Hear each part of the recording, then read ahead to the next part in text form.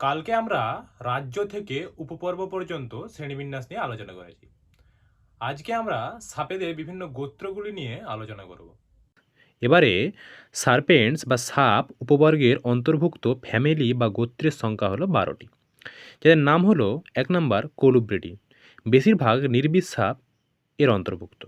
2 নম্বর হলো এলাপিডি, গোখরো, কালাজ বা শাখামোটি বোড়া এবং সামুদ্রিক সাপেরা এর অন্তর্ভুক্ত। 3 নম্বর ভাইপারেডি, ভাইপার, পিট ভাইপার এরা এর অন্তর্ভুক্ত। 4 নম্বর বৈডি, বোয়া এবং পাইথনরা এর অন্তর্ভুক্ত। 5 নম্বর হাইড্রোফাইডি, যাদেরকে প্রকৃত সামুদ্রিক সাপ বলা হয়, যা প্রায়ই এলাপিডের অংশ হিসেবে বিবেচিত হয়।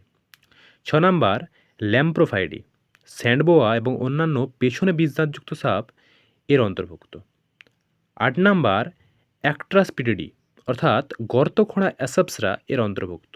8 নম্বর লেপ্টোটাইপ্লোপিডি, সুতো সাপেরা এর অন্তর্ভুক্ত।